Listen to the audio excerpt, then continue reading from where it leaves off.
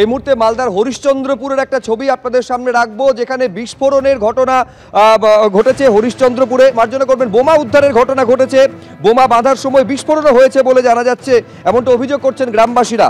দুষ্কৃতীরা এসে বোমা বাঁধছিল বলে অভিযোগ, সেই বোমা উদ্ধার হয়েছে। যে ছবি মালদার হরিশ্চন্দ্রপুরে দেখতে পাচ্ছেন, যেখানে স্থানীয়রা অভিযোগ করছেন যে বোমা বাঁধার সময় বিস্ফোরণের ঘটনাও ঘটেছে, সেই বোমা উদ্ধার হয়েছে।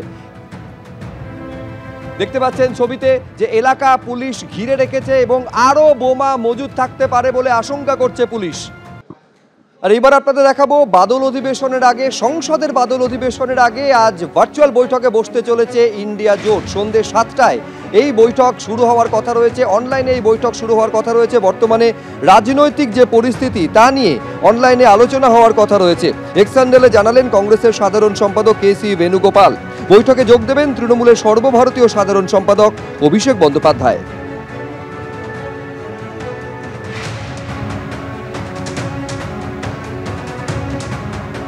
ভার্চুয়ালি না অ্যাকচুয়ালি কে যে ইন্ডিয়া জোটে কোথায় আছে আমরা বুঝতে পারছি না। কেউ ভার্চুয়ালি থাকছে, কেউ অ্যাকচুয়ালি থাকছে। তো ভার্চুয়ালির একটা সমস্যা কি জানেন তো, কোন সময় ইন্টারনেট ডাউন হয়ে যাবে, টুক করে কেটে যাবে। অতএব এর কোনো ভরসাও নেই, ভয়ও নেই। তো তৃণমূল কংগ্রেসকে সবাই চেনে সর্বভারতীয় তরে। হিন্দিতে একটা কথা আছে, গুলাটিবাজ, মানে ডিগবাজি খায় আর কি।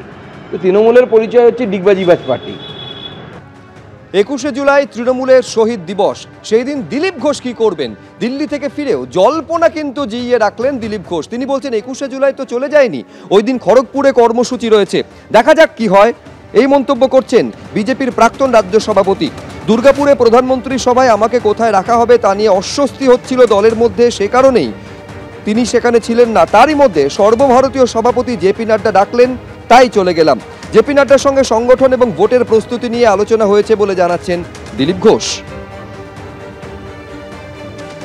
সংগঠনের ব্যাপারে ডিটেলস কথা হয়েছে, পশ্চিমবাংলার ইলেকশনের প্রস্তুতি, সংগঠন, বাকি বলেছেন যে জোরদার কাজ করুন, এটা বলেছেন।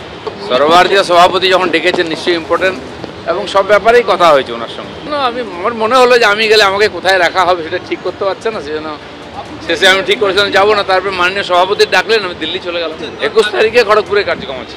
21 তারিখ তো চলে যায়নি এখনো, তো আসুক 21 তারিখ। পার্টি যেটা ঠিক করেছে ওটাই ঠিক, কে করছে আমি জানি না, সর্বভারতীয় সভাপতিও জানেন। তো পার্টি যে ডিসিশন নিচ্ছে ওটাই আমাদের ডিসিশন মেনে নিতে হবে।